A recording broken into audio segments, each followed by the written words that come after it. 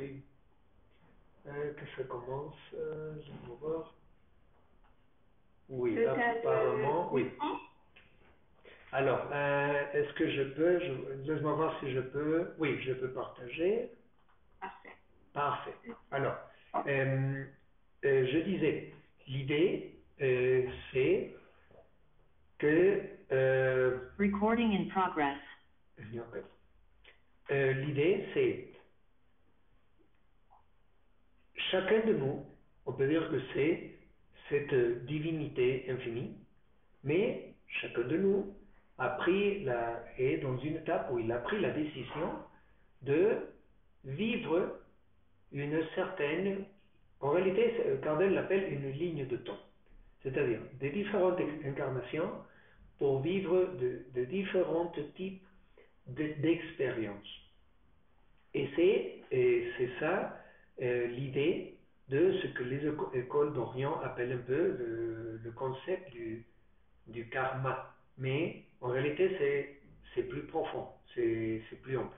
Parce qu'on est en train de parler de la loi, de la cause et de l'effet, et on est aussi en train de parler d'une chose très très supérieure que s'appelle en réalité l'évolution. C'est-à-dire, évidemment, on ne connaît pas évidemment tous les détails, parce qu'on est en train de parler de quelque chose qui est très très très profond, qui est Dieu évidemment. Mais c'est une façon de le voir. C'est-à-dire, Dieu, il se fractalise dans cette étincelle divine, dans cette présence divine, et on peut dire que c'est Dieu qui commence, on dira, un peu comme à zéro.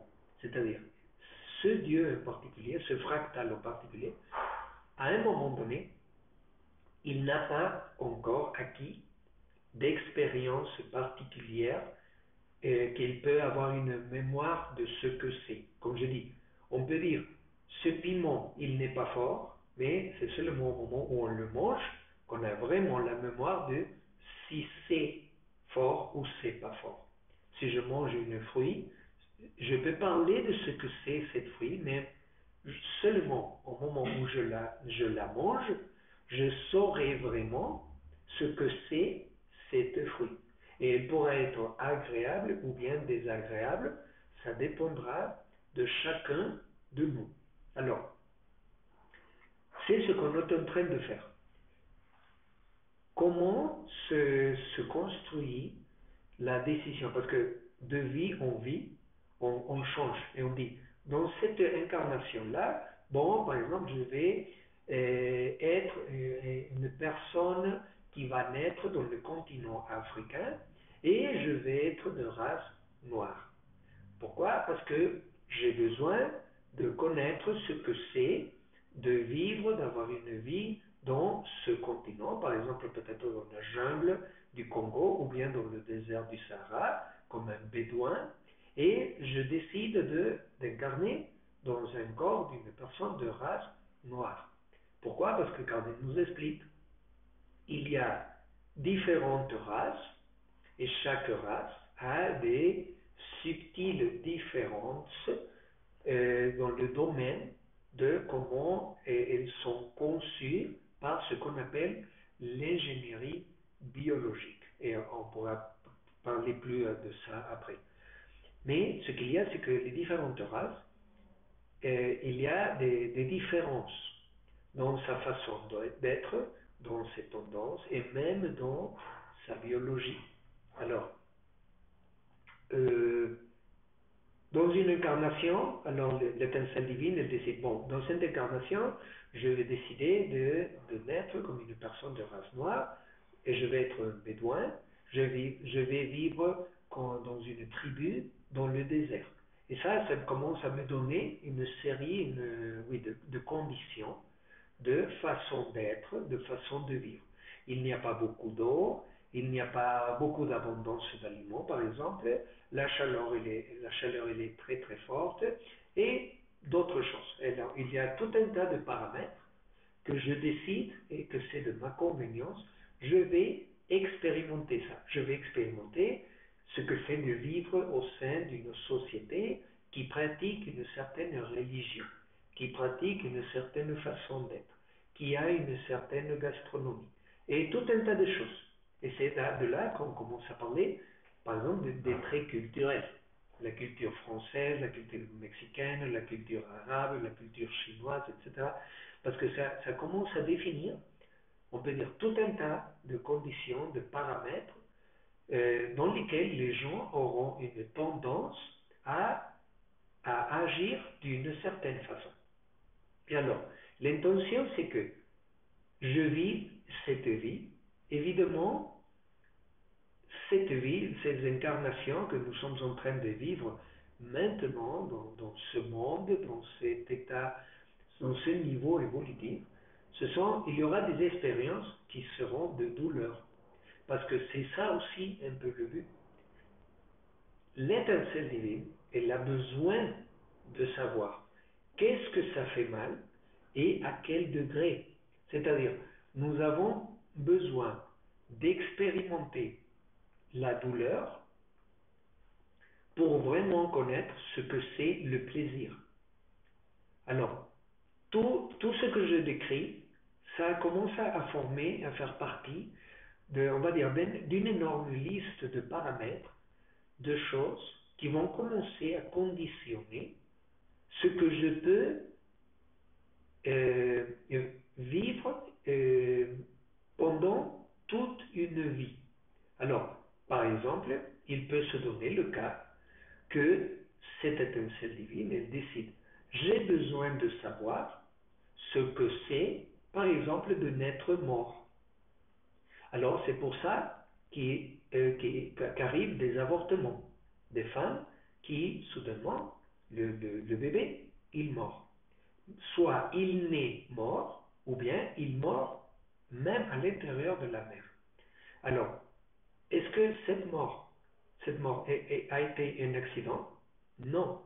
En réalité, on parle que ce bébé, cette étincelle divine, a décidé que pour lui ou pour elle, c'était nécessaire, c'était utile de connaître, d'expérimenter ce que c'est ne pas pouvoir naître à la vie. Tout ça, ça nous donne des connaissances. Mais quel type de connaissances? Car elle dit, ce n'est pas une connaissance intellectuelle. Ce n'est pas une connaissance que tu vas travailler au niveau mental. Comme j'ai dit, nous avons le cerveau, mais nous avons des sphères mentales. Et ce qu'il faut savoir, c'est que ces sphères mentales, quand on meurt, elles ne disparaissent pas. Les sphères mentales, elles sont permanentes. Le cerveau, lui, il va disparaître, mais les sphères mentales, non. Et c'est dans les sphères mentales qu'on enregistre et on garde tous les mémoires, tous les souvenirs de ce que nous avons vécu dans cette vie. Mais en réalité, on a aussi les mémoires de ce qu'on a vécu dans les vies antérieures. C'est pour ça qu'il y a, par exemple, les procès de régression.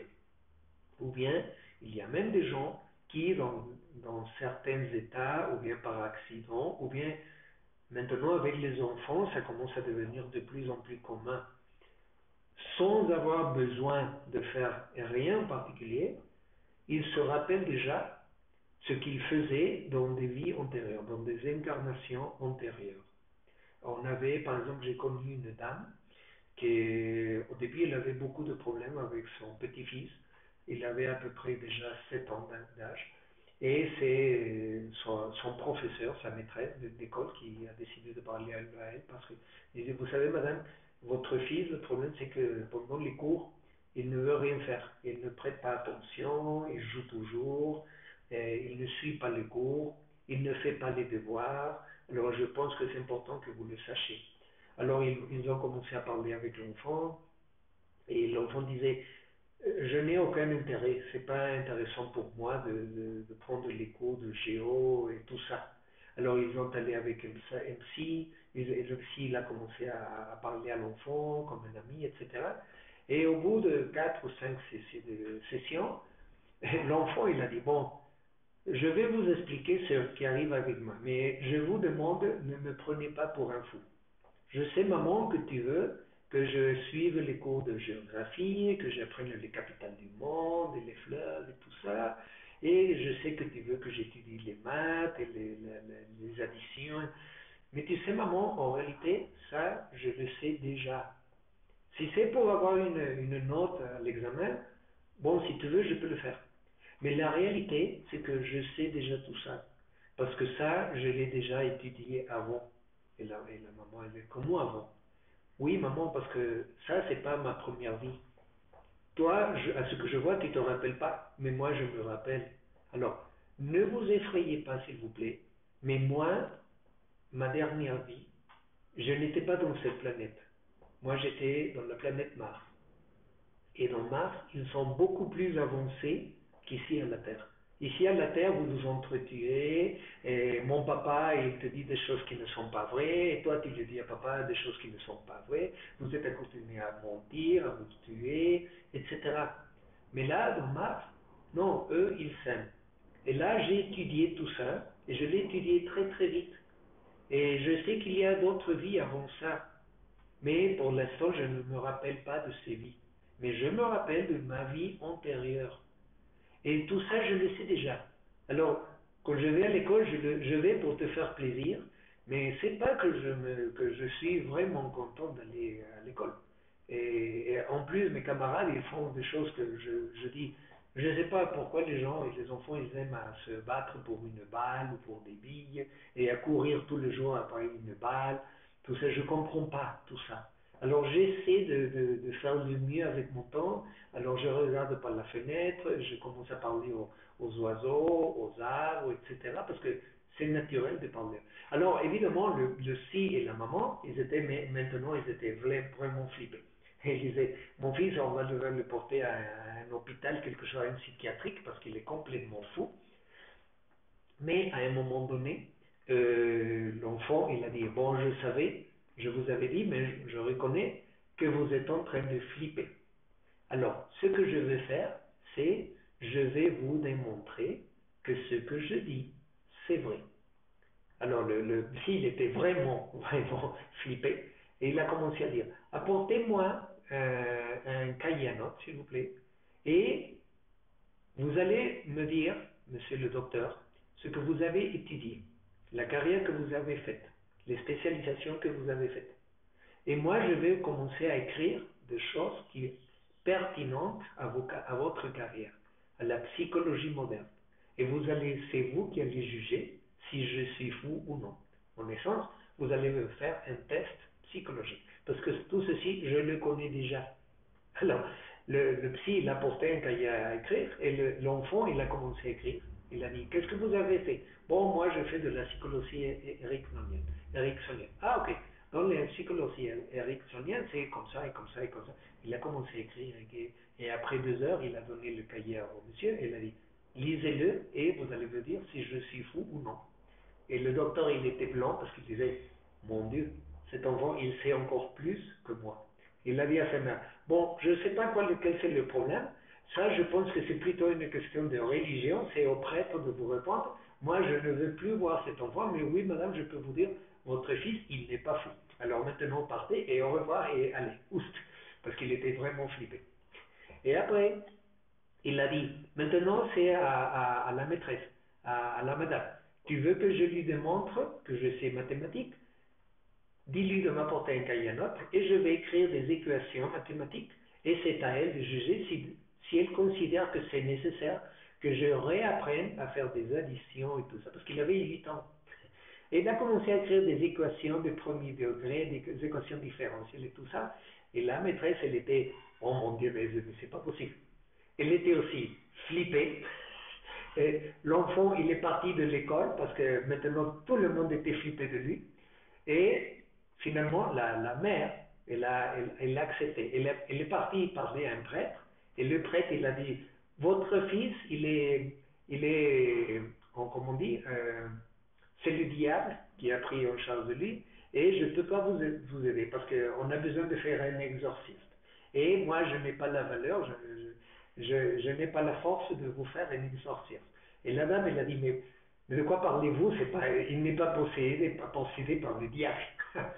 Et éventuellement, cette dame, elle a appris de l'école de Marla Alors il est arrivé avec Marla directement. Et Marla, c'est elle qui a tout expliqué. Et le plus impressionnant pour la dame, c'est qu'un jour, elle a porté le petit-fils, et Marla l'a vu, et elle a dit, elle a commencé à parler, c'est Carden qui me dit tout ça, et soudainement, quand Marla a dit Carden, l'enfant, il a dit, ah, oui, c'est avec lui que j'ai étudié dans mon incarnation préalable. Ouais. Alors, ce sont des exemples. Et dans tout le monde, il c'est plein d'exemples de gens qui démontrent qu'on fait ce qu'on est, c'est dans des incarnations. Alors, ce qu'il faut savoir, c'est, nous, qu'est-ce qu'on est? On est une expérience, on va dire, provisionnelle. La présence divine en chacun de nous a décidé, j'ai besoin d'avoir une vie, de vécu une vie dans ces conditions. Qu'est-ce qui détermine les conditions de vie que je vais avoir dans une telle incarnation? Parce qu'il y a des gens qui naissent et ils sont dans l'opulence continuelle et qu'ils ont un intellect supérieur et ils ont accès apparemment à tout. Et il y a des gens, évidemment, qui naissent dans des conditions très très difficiles. Qu'est-ce qui détermine qu'un de nous, dans une incarnation, a une vie très difficile et d'autres qui ont une vie apparemment très facile? C'est précisément la loi de la cause et de l'effet. C'est-à-dire, quand tout ça commence, on va dire qu'on est comme une espèce de petite bille qu'on lance dans un point d'un terrain, et ce seront les conditions du terrain qui vont commencer à déterminer la trajectoire que cette bille va en fin de compte suivre. Alors on peut penser que chacun de nous, nous avons commencé comme une espèce de bille en vide. Cette bille en vide, c'est-à-dire ce point-là et ce point-là complètement obscur et dans une incertitude totale, en réalité, il ne sait rien faire. Il n'a aucune prédilection pour faire une chose ou l'autre. Et c'est ça le but. Il commence à faire ce qu'il commence à faire. Comment on commence? Quand notre première incarnation, nous l'avons fait comme un homme ou une femme très très primitive, ok? Presque comme un petit singe. Mais c'est important de savoir, ce n'est pas un singe, parce que nous avons déjà, du moment que nous faisons notre première incarnation, on a deux choses qu'un singe n'a pas. On a un mental, c'est-à-dire des sphères mentales, et on a cette étincelle divine à l'intérieur de nous. Ça, nous, c'est comme ça qu'on est fait. Alors, mais on a toute l'apparence d'un petit singe. Alors, pour vous donner une idée, il y a un film qui s'appelle 2001, Odyssée de l'espace. Je ne sais pas si vous l'avez regardé, mais c'est un classique de Stanley Kubrick. Et là, on voit un peu ça. On voit précisément quand l'homme, il vient de commencer sa présence dans la planète, et il est plutôt comme un singe. Évidemment, au début, je vais être tout nu, alors c'est mieux que mon corps soit plutôt couvert de poils, comme ça je serai un peu plus protégé du froid, etc. Mais c'est ce qu'on voit, on est plutôt des singes. On ne sait rien faire, on n'a rien à faire pendant le jour, on essaie de manger ce qu'on peut trouver, on essaie de se défendre le mieux qu'on peut des animaux, des prédateurs, etc. Et c'est comme ça qu'on commence. Un jour, on est en train de congeler, mais on n'a pas même conscience qu'on est en train de congeler, parce qu'on n'a pas encore acquis cette expérience en particulier. Alors, soudainement, je tombe ivre, raide mort, parce que je suis congelé. Et qu'est-ce qu'on va faire? Bon, l'étincelle divine, elle dit, ah, maintenant j'ai cette expérience. Je sais que si je suis tout nu au milieu de la neige à 30 degrés Celsius en-dessus de zéro, je le sais non seulement à un niveau théorique. L'important, c'est que maintenant je le sais parce que je l'ai expérimenté. Je sais comment c'est la sensation de mourir congelé. Ok, excellent. J'ai appris cette expérience. Évidemment, mon corps, il est mort. Maintenant, je vais avoir besoin d'avoir une nouvelle expérience et si besoin, je vais avoir besoin que cette expérience, pour cette expérience, d'avoir une nouvelle matière biologique. Alors, je vais avoir besoin de faire une nouvelle incarnation. Mais ce qui est arrivé, c'est que par exemple, pendant que j'étais un petit singe, un jour j'ai trouvé un fruit par terre. Et j'ai décidé de prendre ce fruit. Et ce fruit, il était très bon. Mais soudainement, mon copain de la cave, il arrive et il veut exactement cette même fruit. Alors il la prend aussi. Alors et moi, je la veux. Parce qu'au début, nous sommes presque seulement instinctifs.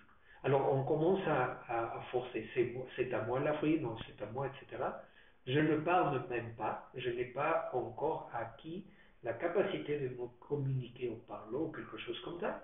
Alors je commence à me battre. Et soudain, je trouve une grosse pierre et je prends la pierre et je le cogne dans la tête. Et mon copain, il tombe et il ne se déplace plus. Alors il devient immobile. Et il commence à saigner par la tête. Moi, je ne me rends pas compte que je viens de le tuer. Mais en fait, je l'ai tué. Et moi, tout ce que je pense, c'est, ah, maintenant j'ai gagné la fruit et je vais le manger. Mais ça, le fait d'avoir tué une autre personne, ça fait aussi partie de ce que j'ai acquis comme expérience. Et c'est ça qui commence à donner forme à la loi de cause et effet dans moi-même. C'est elle qui commence à construire les, les interrelations comme une espèce comme de réseau mental où les synapses commencent à établir des relations entre elles. Parce que dans ce cas-là, moi en particulier, j'ai tué quelqu'un en le cognant très fortement avec une grosse pierre. Peut-être que de l'autre côté de la rivière, il y avait deux autres gens qui étaient en train de se battre pour un même poisson. Alors un a pris le poisson, il a noyé par la force l'autre personne. Et c'est comme ça que ça commence. Chacun commence à faire, à établir des expériences différentes, comme ça dit ici, nos pensées, les mots. À ce moment-là, évidemment, il n'y a pas de mots prononcés, mais il y a comment des intentions, des besoins, des essais de communiquer des choses, etc. Et il y a eu des sensations. Alors c'est là que commence cette dynamique. La production de fluides primaires, la production de fluides secondaires, la production d'une unité causale. Et l'unité causale, voilà, je commence à mettre des heptocubes d'une certaine taille et d'une certaine couleur. Ok? Au fur et à mesure que ça arrive, au fur et à mesure que ça c'est présent, qu'est-ce qui va arriver? Bon, j'arrive à la suivante incarnation. Et on va dire, qu'est-ce que j'ai dans mon agenda? Ah, tu sais, dans la vie préalable, tu as tué quelqu'un, j'ai tué quelqu'un en le cognant avec une roche. Ah ok, maintenant c'est à moi de savoir qu'est-ce que c'est de mourir cogné par une roche. Alors, c'est ma présence divine qui commence comment dire, à influencer le cours d'événements que je vais vivre. Et qu'est-ce qui va arriver? Que peut-être parfois un jour je vais être en train de marcher et sans me rendre compte, je vais tomber dans un gouffre et au bout du gouffre, il y aura une grosse pierre et je vais tomber la tête en premier, je vais me cogner et là, je vais mourir. Et ce sera une expérience complémentaire. Ce qui va arriver, c'est que c'est l'unité causale du fait que j'ai tué quelqu'un en le cognant avec une grosse roche qui va provoquer que quand j'attire l'unité effet, c'est le fait de soudainement tomber dans un gouffre et me cogner avec un gros rocher. Et c'est comme ça que je commence à bâtir ce qu'on va dire un véritable chemin de cause et effet. Et chaque être vivant a une voie différente.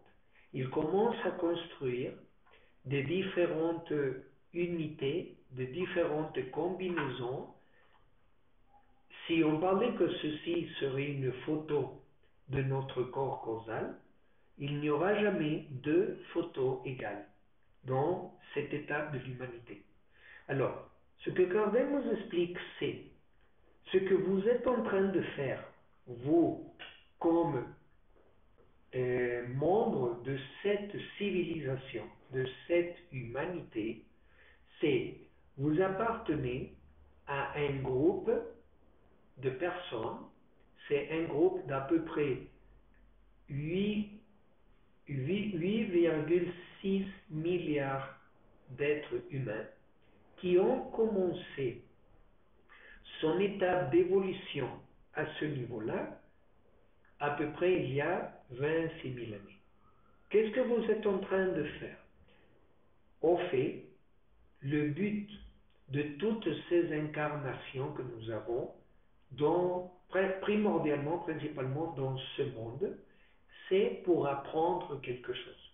C'est pour apprendre comment fonctionne la loi de cause et effet. Kardec nous explique. Évidemment, tout ce qu'il nous a donné, c'est une explication très très simple et très très graphique.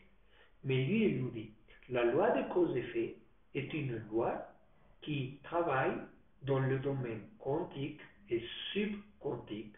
C'est une loi totalement régie par des règles mathématiques très très très précises. Et je crois qu'il explique le degré d'exactitude de la loi de cause et effet c'est une loi mathématique qui a 72 chiffres décimales d'exactitude. Alors, on ne parle pas d'exactitude à la millième partie, ni à la millionième partie.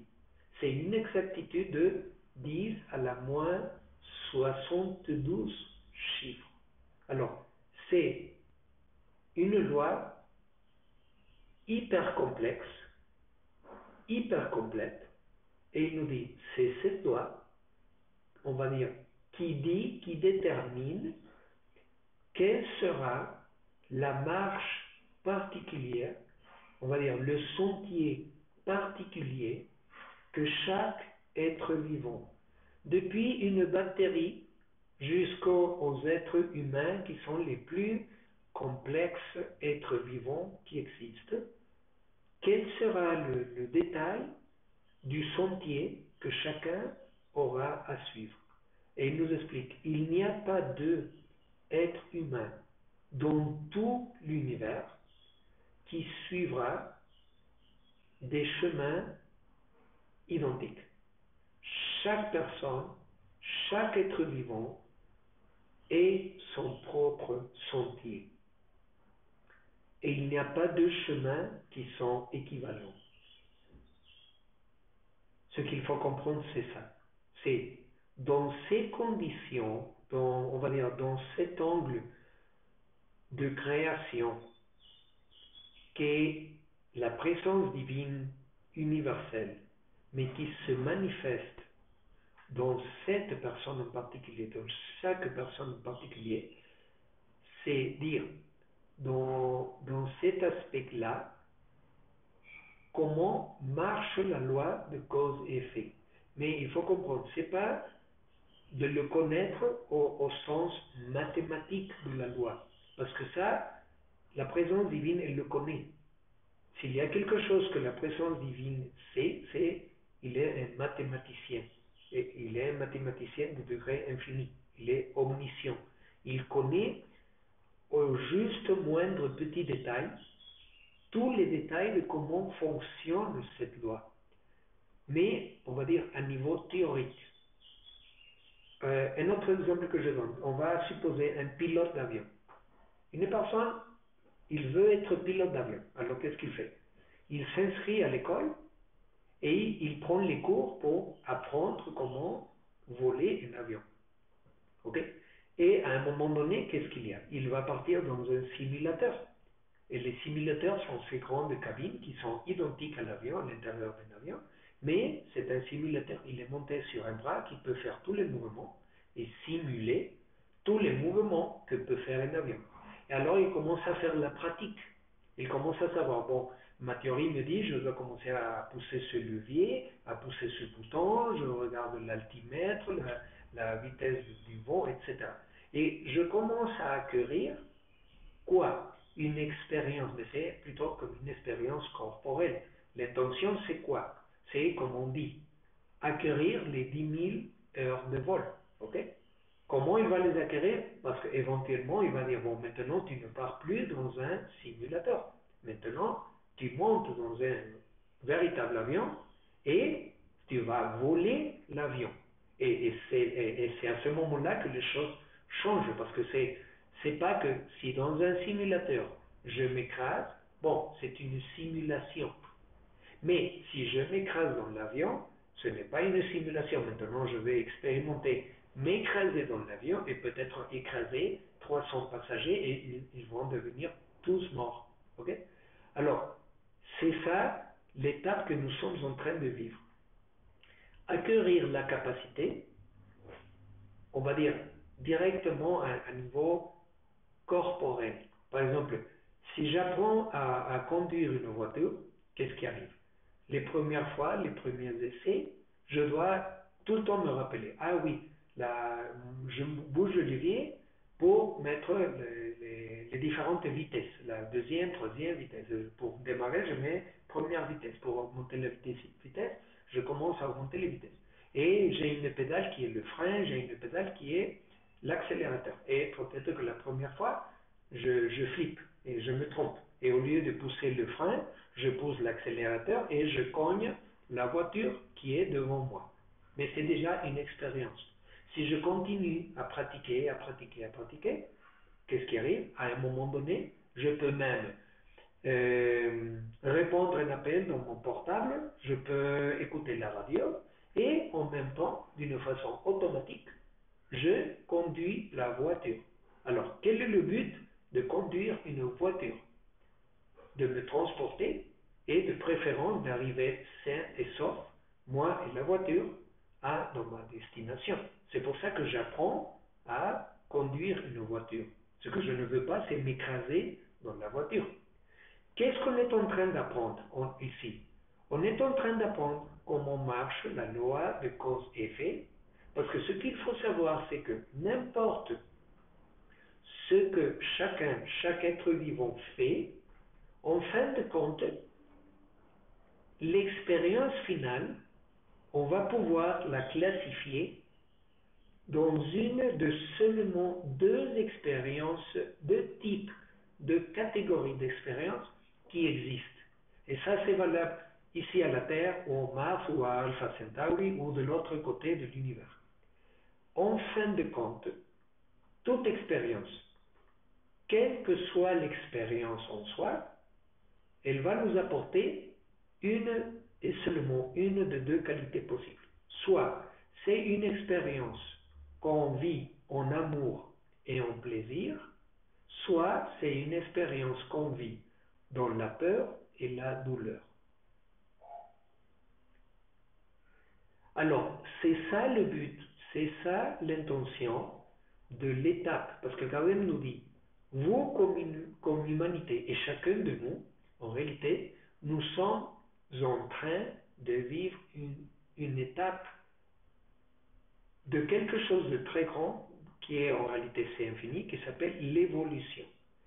Cette étape, c'est apprendre comment sont les détails fonctionnels de cette loi de cause et effet qui elle fait fonctionner l'univers entier. Il n'y a pas un seul coin de l'univers qui échappe et qui n'obéit pas à la loi de cause et effet.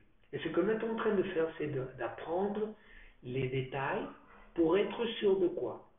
En sachant, tout ce qui m'arrive, ça peut être seulement de l'amour et du plaisir, ou bien de la peur et de la douleur. Mais ce qui m'arrive, c'est quoi? Ce qui m'arrive, ce sont oui, c'est ça. Ce sont des effets qui sont le produit de causes. Il n'y a pas des effets spontanés. Il faut comprendre, les causes, ces petits points-là, ce sont comme des aimants.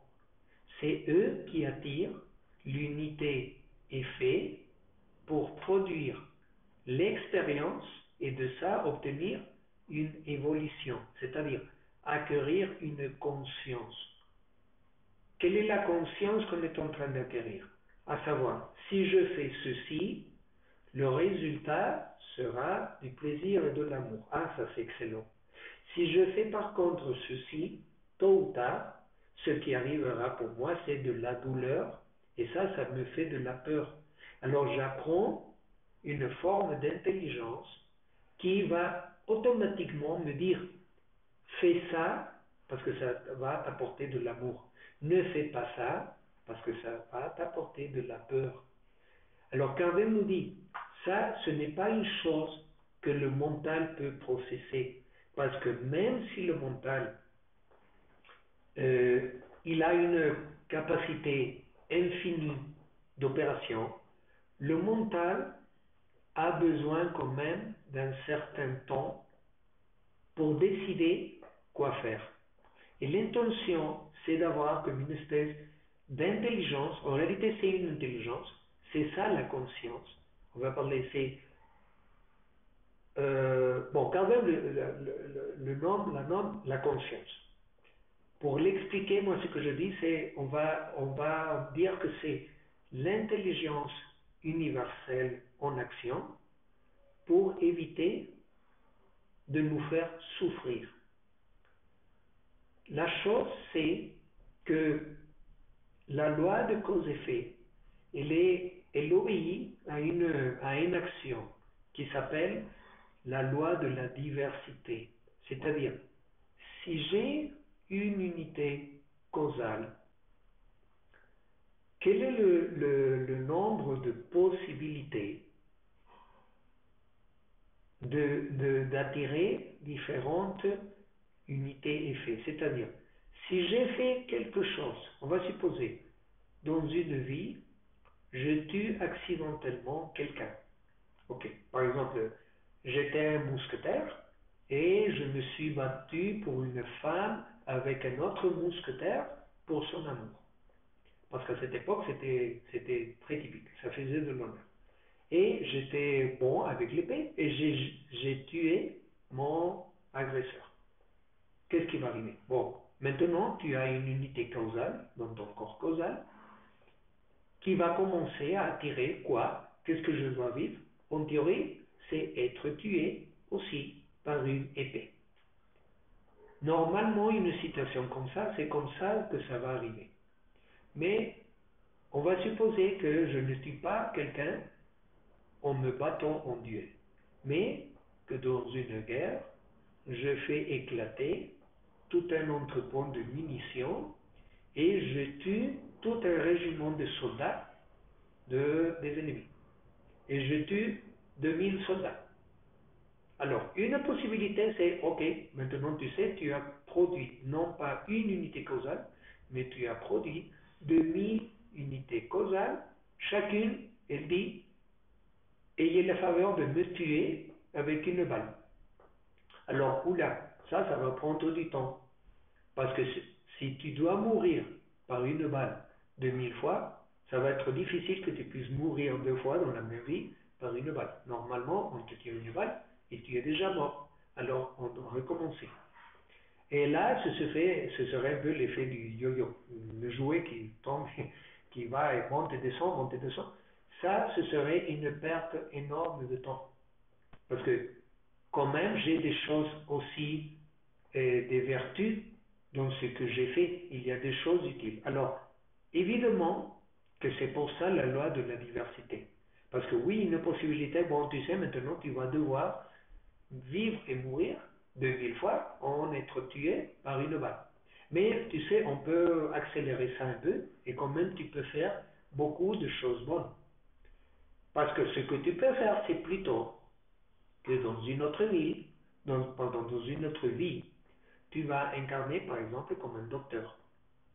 Et ce que tu vas faire, c'est que tu vas devenir un docteur, ou bien c'est moi qui va devenir un docteur, qui va incarner dans un pays qui entre en guerre.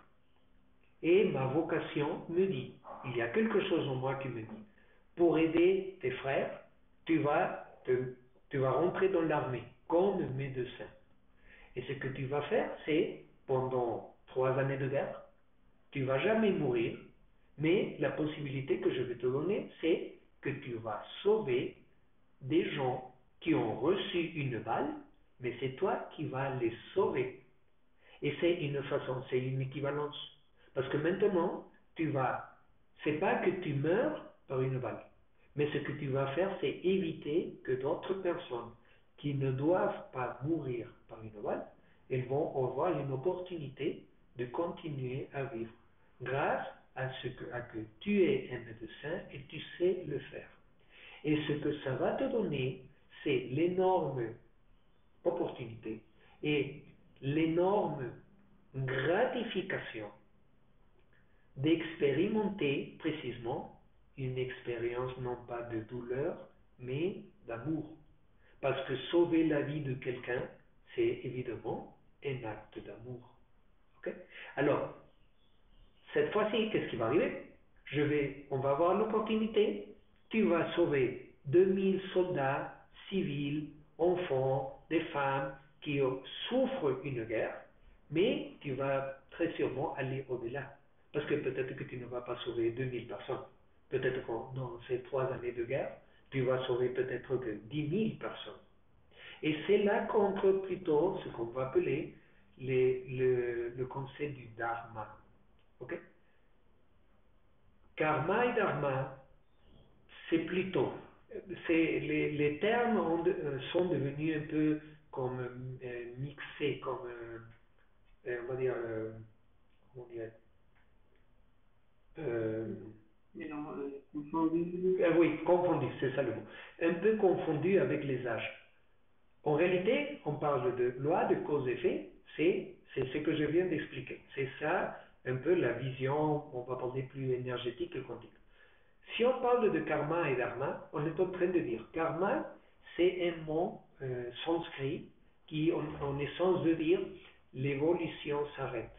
Parce que l'idée de tout ça, c'est à savoir, si l'étincelle divine, ça fait partie, c'est une projection fractale de la présence divine, il y a évidemment des éléments ici.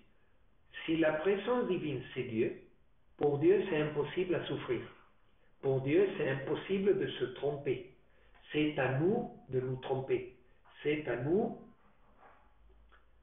d'expérimenter la douleur. Si Dieu est infini, pour lui, c'est impossible à souffrir. Il est tout puissant. C'est nous qui pouvons souffrir. Alors, ce qu'il doit y arriver, c'est que entre l'étincelle divine et la présence divine, il doit y avoir un élément qui efface les choses, qui nous sépare. C'est ça le concept oriental des voiles d'Isis. Okay? On appelle l'amnésie. Ici, normalement, l'intention c'est de ne pas se rappeler qu'au fait, on est Dieu. Okay?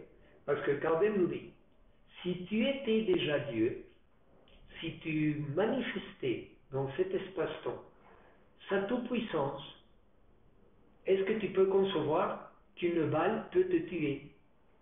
Évidemment que non, parce qu'on est déjà à cet infini. Mais j'ai besoin d'expérimenter, recevoir une balle dans le cœur pour connaître ça, parce que j'ai besoin de faire l'équilibre et de créer l'unité évoluante. Parce que ce qui va arriver, c'est comme ça que Carmen l'explique.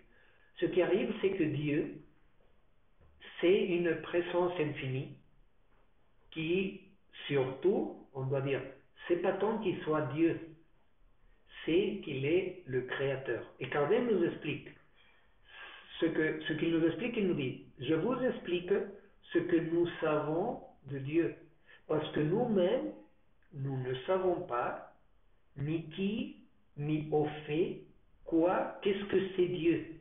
Parce que Dieu, c'est infini, d'infini, d'infini. On n'a pas moyen de pouvoir comment dire, laisse-moi trouver le mot.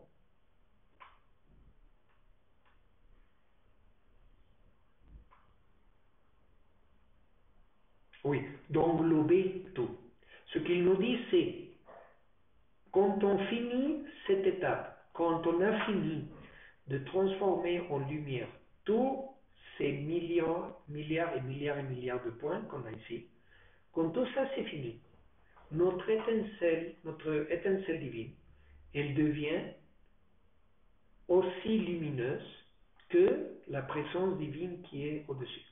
À ce moment-là, les voiles d'Isis, ils disparaissent. Pourquoi j'ai besoin des voiles d'Isis? Parce que si je me rappelle à ce moment-là, ah, tu sais, j'ai un rendez-vous avec un assassin dans une demi-heure. Et le but, c'est que cet assassin, il me mette une balle dans la tête. Le plus sûr, c'est que je vais faire tout dans mon pouvoir pour éviter d'aller voir cet assassin. Alors, ça, c'est une chose que nous-mêmes, avant de venir ici, de naître, nous avons décidé de le faire. Comme je ne vais pas avoir encore l'information ni la conscience de que le but de ma vie, c'est d'expérimenter ce qui est écrit dans mon corps personnel de cause et effet. Et beaucoup d'écoles, c'est pour ça qu'elles appellent ceci l'agenda karmique. C'est-à-dire, comme une espèce de liste de qu'est-ce que je dois vivre et expérimenter dans cette vie. On ne vient pas à cette vie, comme dirait par exemple un biologiste, à dire naître, accroître, croissance, reproduction et mort. Ça, c'est une vision linéaire. C'est pas comme ça. Chaque être humain est une expérience unique et qui ne va jamais se répéter. Ce qui détermine et spécifiquement le quoi et le comment on va vivre chacun de nous, les expériences particulières, c'est ça. C'est dans notre corps causal comment en particulier sont écrites les choses qui en fait sont en train d'agir comme des aimants qui attirent les expériences particulières qu'on a à vivre. Okay? L'intention, c'est que finalement, tout ça se transforme en lumière. Et à ce moment-là, oui, la sensation de séparation qu'on a avec Dieu, ou comme on veut l'appeler, elle disparaît. Maintenant, on se rappelle, mais c'est le rappel cosmique. On se rappelle qu'on fait, qui est-ce qu'on est? Ah, on est un fractal de Dieu, on est la présence divine qui en particulier est en train d'expérimenter sa propre création. Alors, à ce moment-là, on va pouvoir dire, moi et Carmen, nous sommes un et le même. Oui, parce que tous deux, nous sommes en fait la même présence divine. Mais avec la différence que, en particulier moi, je suis l'expression de cette présence divine infinie avec le nom Carden. Et moi, avec le nom Ramon ou qui que ce soit. Ce Ramon que je suis ici, ce n'est pas le tout que je suis. Ce n'est pas cette présence divine. On va dire que Ramon, c'est cette présence divine qui, comme dans le théâtre ou bien dans un film, il, il met la vie d'un acteur et il met un rôle. Il développe un certain rôle. Alors, par exemple, tu as un acteur. Cet acteur, il a dans la vie quotidienne son nom, il fait ses choses. Mais il est sous contrat pour filmer un film. Et dans ce film, son rôle, c'est par exemple être un pirate.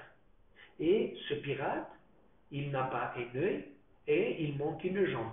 Et il est un pirate extrêmement violent. Il est un assassin. Il n'a pas de scrupules. Ça, c'est le rôle que cet acteur il joue. Pendant la filmation, oui, il est un pirate, un assassin, il n'a pas de scrupules, etc., etc. Tout ça, c'est décrit dans son rôle. Il y a tout un papier qui dit, c'est comme ça que tu dois agir. Et un bon acteur, il agit comme le pirate.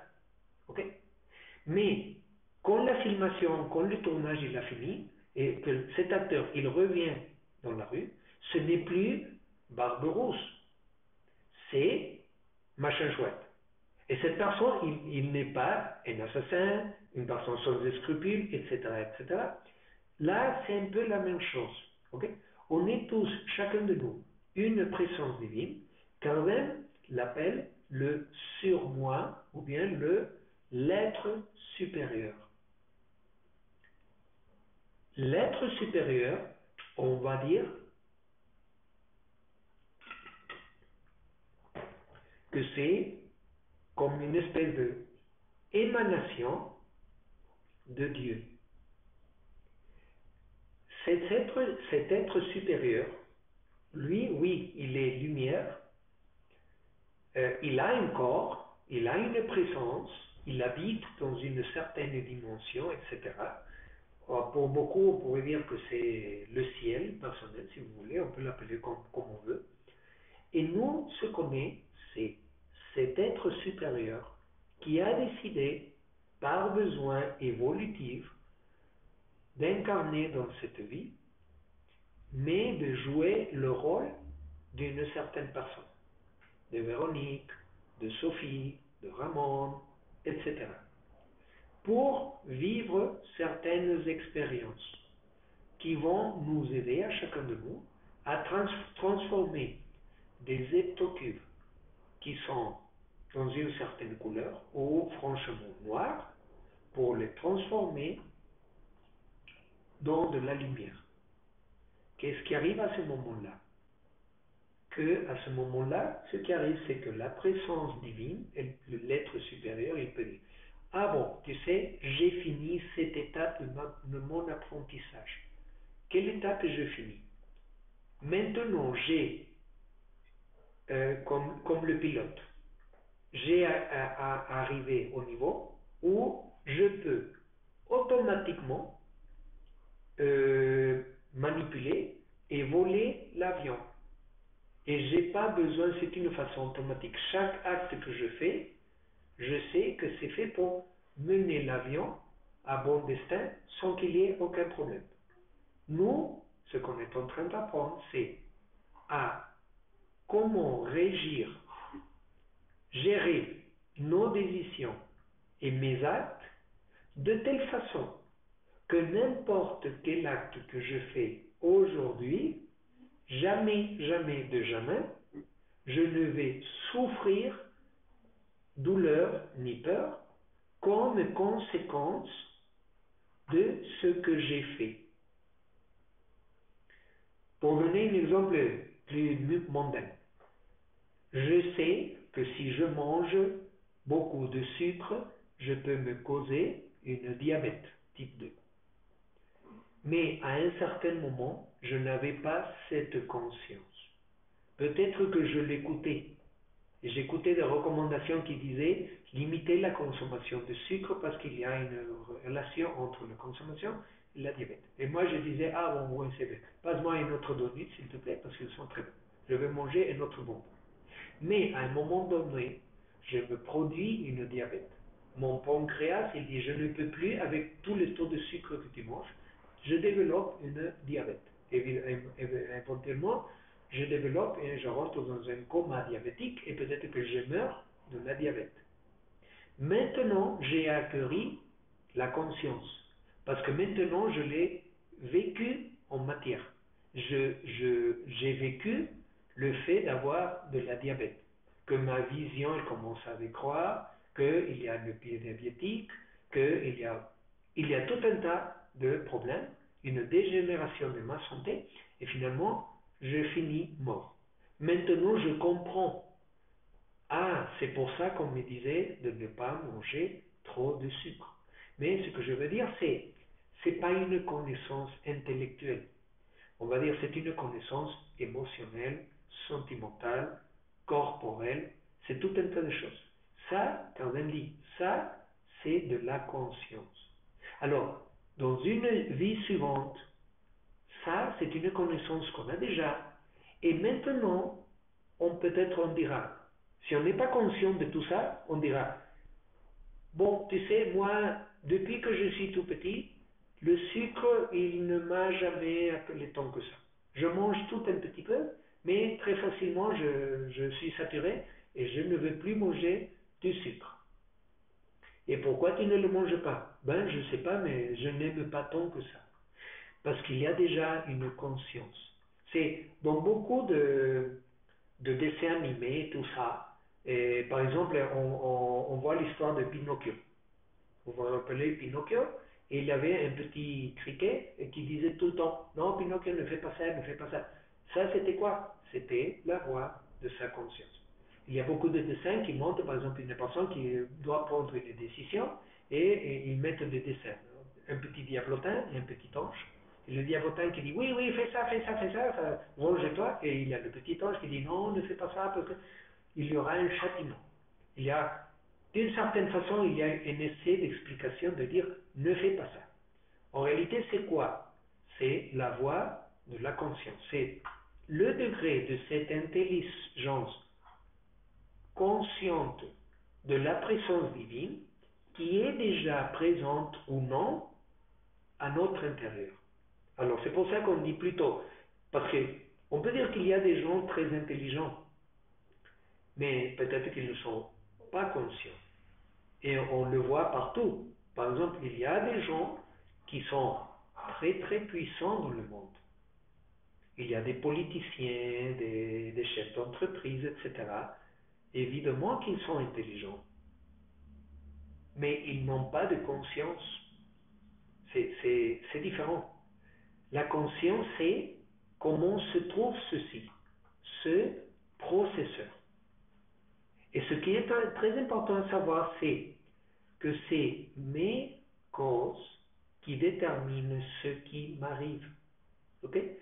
Si je n'ai pas pour cause de mourir dans un accident de train, alors même si je suis dans le train qui va heurter ou qui va exploser, moi, je vais survivre parfaitement cet accident de train. Okay? Alors, c'est un peu, de façon générale, le but et comment ça marche tout ça. En particulier, on va mentionner qu'il y a ce qu'on appelle le principe de maladie. Le principe de maladie, c'est quand en particulier, il y a... pardon, avant ça, pour conclure. L'intention, quand j'arrive à que toute mon étincelle divine, elle est complète, et là, elle est complètement remplie de points de lumière. Alors maintenant, j'ai une conscience complète des choses. J'ai une conscience exacte de ce que je fais dans ce point particulier, dans cette coordonnée particulière de l'univers, et en ce moment précis, ce que je fais, quelle sera la conséquence? Je ne fais pas ce que peut m'apporter de la souffrance, je fais seulement ce que peut m'apporter de l'amour et du plaisir. Alors Kardec nous dit, c'est ça en réalité le but de toutes vos incarnations. Ça, c'est quelque chose que n'importe quel être vivant, soit dans la Terre, soit dans Mars, soit dans Jupiter, soit dans Alpha Centauri, soit dans n'importe quelle planète de l'univers, on doit forcément passer par ce cours-là. C'est comme dans l'école. On doit suivre des différents cours. Dans l'école de médecine, on doit prendre le cours d'anatomie, le cours de biochimie, le cours de physiologie, etc. Ben, ça, le fonctionnement de la loi universelle de la cause et l'effet, c'est un cours que tout être humain, tout être existant et vivant, doit à un moment donné suivre. Pourquoi? Parce qu'à un moment donné, nous allons être capables de participer dans d'autres activités. Et, premièrement, on doit être sûr de savoir comment gérer nos actions pour que jamais dans le futur, comme conséquence d'une action inconsciente, je reçoive dans la face un effet de souffrance et de peur. Dans ce sens-là, c'est exactement comme le pilote ou comme la personne qui doit apprendre à conduire l'automobile. Pourquoi je dois apprendre à conduire l'automobile? Pourquoi je ne peux pas déjà monter dans la voiture, la mettre en marche et partir? Parce que si tu n'as jamais appris rien, par exemple comme le pilote, si tu essaies de piloter un avion complet la première fois, le plus sûr c'est que tu vas t'écraser et tu vas te tuer. Alors ce que je veux, c'est premièrement que tu sois dans une espèce de simulation. Et c'est ça le but de notre existence dans cette planète. Kardec nous explique, pour le moment, votre planète, il appartient à, on va dire, c'est une salle de cours où tous les élèves sont en train d'apprendre comment fonctionne la loi de cause et effet. Mais évidemment, la loi, elle a beaucoup de petits détails. Ok? On va parler, c'est la même chose que je prends en médecine, le cours d'anatomie. Ok? Ça consiste à quoi? Tu dois apprendre les noms et l'interaction de chaque partie du corps. Ok, tu commences à voir un livre d'anatomie de 600 pages et tu dois, tu sais, il y a des tas de noms. Ok, qu'est-ce que je fais? Je commence par partie. Je vais commencer par le système ostéologique, après le musculaire, après le digestif. Et comme ça, petit à petit, j'apprends tout ce que je dois savoir d'anatomie. Ok? Ici, c'est ce qu'on est en train d'apprendre. Et quand même nous explique, la Terre, pour le moment, c'est comme une salle de cours où, à l'intérieur, à l'entrée, à la porte, il y a une signalisation qui dit session en cours, humanité qui apprend comment est le fonctionnement de la loi, de la cause et de l'effet. Et ce qu'il nous explique, c'est que nous sommes partie d'une humanité et il nous dit, vous ne faites pas partie d'une seule humanité. Avant votre humanité, il y avait une autre humanité, comme dans une salle de cours. En septembre, les cours commencent dans l'école et cette salle, c'est la salle de, je ne sais pas, 6e C. Ok? Mais en juin de l'année prochaine, tous ces élèves, qu'est-ce qu'ils vont faire? Oh, ils vont partir pour faire la 5e. Et cette salle, elle sera utilisée à nouveau par des élèves de 6e, mais ce sera un groupe de nouveaux élèves. Parce que les élèves d'avant, ils ont finalement terminé le cours, ils partent déjà dans le niveau suivant pour suivre des cours nouveaux. Alors, Kardec nous dit, ce qui est en train d'arriver, c'est que en commençant en 1948 avec la fin de l'ère du poisson, ça a commencé les premiers détails de la suivante étape. Ce qui est en train d'arriver, c'est que l'humanité, en fin de compte, on va dire, comme un bloc, comme un groupe, l'humanité, elle a commencé à faire les pourparlers pour finir l'école de la cause et de l'effet. Un peu, on va dire, comme à l'université. On est dans le dernier, on va dire, le dernier trimestre de la carrière d'ingénieur. Ok. Tu es en train encore d'étudier, oui. Est-ce que tu as déjà comment on l'appelle, le certificat que tu es un ingénieur et qui te donne la permission d'agir comme un ingénieur certifié? Non, pas encore, je suis encore à l'école. Oui, mais tu sais, dans 2 mois, tu vas finir. Alors quand même, tu commences déjà à quoi? Ben, à chercher un travail. Ici au Mexique, par exemple, je ne sais pas en France, mais au Mexique, on a le concept du travail social. C'est-à-dire les élèves qui sont dans la dernière année d'une carrière, ils doivent faire le travail social. L'intention, c'est qu'ils commencent à travailler dans une entreprise ou bien dans un hôpital, etc. Ils ne sont payés ni rien, mais ils commencent à se rendre compte de comment est le milieu de travail, comment est le milieu professionnel. Et alors ils commencent. Ils ne sont pas encore en état, ils n'ont pas encore le permis d'agir. Ils ne peuvent pas signer, faire des péritages, etc. Mais ils sont derrière quelqu'un qui peut le faire. Ils commencent à apprendre. Ils sont comme des apprentis, on va dire. Alors, en commençant en 1948, la vaste majorité de l'humanité, elle a dit, oh bon, tu sais, combien de temps, en moyenne, ça lui prend à un être humain d'acquérir cette conscience de comment fonctionne la loi de cause et effet, pour être sûr que ces actions ne causent jamais une souffrance à quiconque. Ça prend à peu près 26 000 années. Et ce qui est en train d'arriver, c'est que notre humanité a précisément commencé ce cours il y a 26 000 années, et nous sommes en train de terminer cette étape-là. En fait, Carmen nous a dit, nous sommes terminés, le cours, il a terminé au fait le 20 mars 2020, c'est-à-dire l'année dernière. En 1948, on était presque à la fin, parce que si tu penses 80 ans, en les comparaison avec 26 000 années, c'est rien. On est vraiment à 5 moins 12 de la fin. Maintenant, on n'est même pas à 5 moins 12. On est à la fin. On a fini.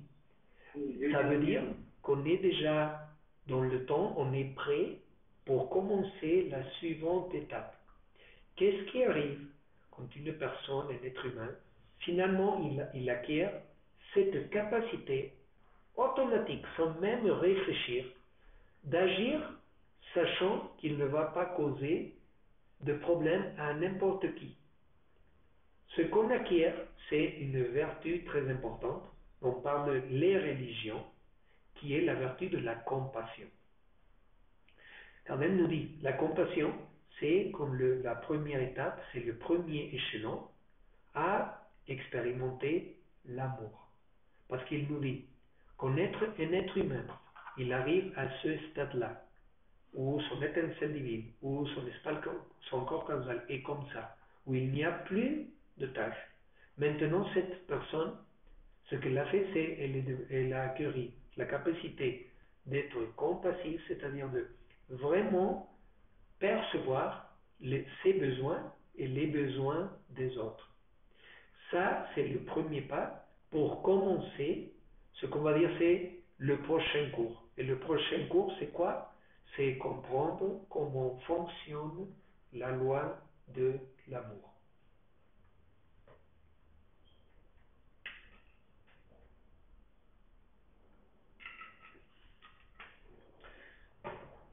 Alors, je sais que là-bas, je crois que c'est à peu près 10 heures de nuit. Si vous voulez, je peux arrêter ici. Oui, oui. Ok? Si tu veux, ouais. Ok, alors, est-ce que c'est plus ou moins compris tout ça? Oui, ben, il faut intégrer, mais Oui, oui, mais ça, c'est compris. ok. Oui, et évidemment, il y a beaucoup de choses intégrées parce que ça nous change totalement l'optique de savoir pourquoi je suis ici, où est-ce que je vais et quel est le but de mon existence. Tout ce que normalement on voit, l'être humain le voit avec la vision d'un être humain, avec ses conditionnements. Et Kardec nous dit, tu dois commencer à voir ton existence pas avec les yeux d'un être humain, mais plutôt avec les yeux d'une présence divine, de quelqu'un de supérieur. Maintenant, on a un panorama. On sait que c'est pas ça notre vie, c'est beaucoup de vie. Et on est en train de suivre un cours très très spécifique. Parce que jamais, Kardec nous dit, jamais, jamais, jamais, la présence divine t'a oublié. Même quand on est dans les gouffres les plus sordides et obscurs de notre existence, même quand dans une vie, on a, parce que dans chaque incarnation, essentiellement, on a vécu de tout. Dans une vie, on a été des prostituées, après des soldats, après des assassins, même des présidents, des saints, des prêtres. On est parti dans tous les extrêmes. On a connu l'extrême de la souffrance et l'extrême du plaisir. Mais jamais, jamais Dieu s'est oublié de nous. C'est pas jamais qu'il va dire, on va dire, tu sais Dieu, moi j'ai péri, parce que c'est typique que les gens disent, moi j'ai péri, j'ai eu un accident, maintenant je suis invalide, je peux plus bouger. Ah, ça c'est Dieu qui m'a oublié. Comment on peut concevoir que Dieu est amour et il m'aime et tout ça, mais en même temps il permet que je m'écrase dans la voiture, mais maintenant je suis invalide et je ne peux rien faire. Et ce qu'il faut savoir, non, ce qu'on fait, c'est ça. Toi, l'invalide, c'est toi, c'est Dieu qui a décidé de vivre l'expérience d'être invalide. Et comment ça?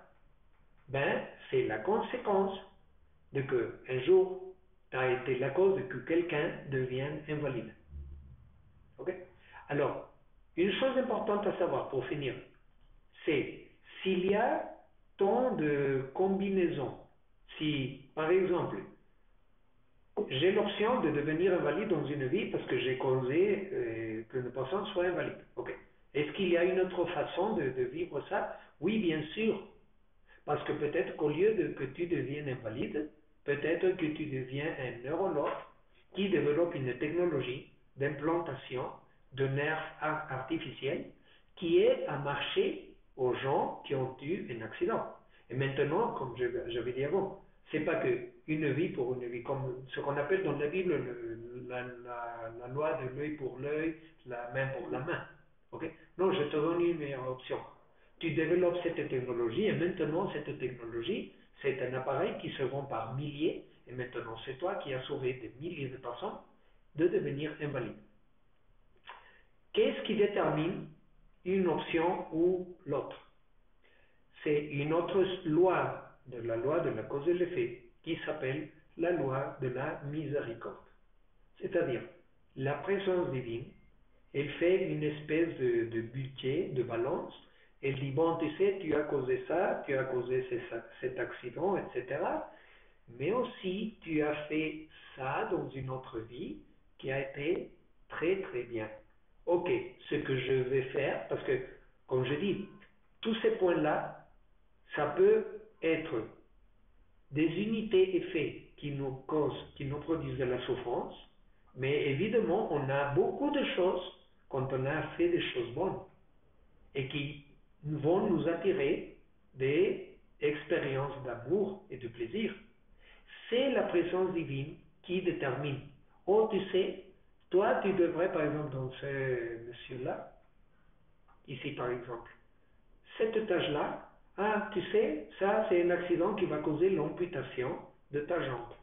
Oh là là, ça c'est pas grave. Ah, mais tu sais, ici, tu as un point que dans une autre vie, tu tu étais bénévole et tu as sauvé de la mort des tas et des tas des enfants de la rue qui n'avaient rien mangé. Ah, tu sais, ça c'est le moment. Je vais utiliser cet élément-là pour éviter que tu ne perdes la jambe. Et je vais te donner ce qu'on appelle une deuxième opportunité. Qu'est-ce qui détermine que la présence divine, soudainement, elle dit, au lieu de ça, d'une souffrance, tu vis ça? C'est la miséricorde. Et Kardec dit, Ce que vous appelez la miséricorde, c'est aussi une loi quantique, c'est une loi énergétique qui a tout son processus mathématique que, évidemment, la présence divine, elle sait l'utiliser. Il y a un film, je ne sais pas si vous l'avez vu, ça fait déjà un bout d'années, plus de 10 années, mais il s'appelait, oh, je suppose qu'en français, ça doit s'appeler l'effet papillon, exactement. Alors, si vous l'avez pas vu, c'est une façon de nous parler un peu de tout ça. Il y a des tas de films qui en réalité parlent de tout ça, mais ça, c'est une notion. C'est un film surtout qui nous explique pourquoi c'est la présence divine qui est en charge du contrôle de nos causes et nos effets, et pas nous, les êtres humains. Parce que normalement, on fait des conneries. Alors c'est mieux que ça, c'est lui qui gère ça. Ok, alors oui, c'est beaucoup de choses de conseils à intégrer, mais ça nous aide beaucoup à comprendre des tas et des tas de choses. C'est la mise à l'école, tu dis? Quoi? Pardon? C'est la mise. Miséricorde. Miséricorde. Ah, d'accord. Pardon, non. C'est pas ça? Non, l'école, elle est ici. C'est ça. Oui, par exemple, des fois que on est dans un accident d'automobile et tout le monde se tue et moi, je n'ai rien, pas même une égratignure. Et c'est à ce moment-là qu'on me dit, tu sais, c'est la miséricorde de Dieu qui t'a sauvé. Et oui, peut-être que ce fut de la miséricorde qui a décidé, c'est pas le moment à toi de mourir, alors je te sauve. Ok? Alors, il y a des choses à assimiler. Et si vous voulez, pour la prochaine session, si vous avez des doutes, etc., on peut approfondir un peu plus parce que, évidemment, ce thème-là, il est profond. Parce que c'est, en fin de compte, c'est le but et le pourquoi et de tout. De pourquoi on est ici, et où est-ce qu'on va, et quel est le futur, etc., etc. Alors, c'est ça vraiment le secret de l'existence.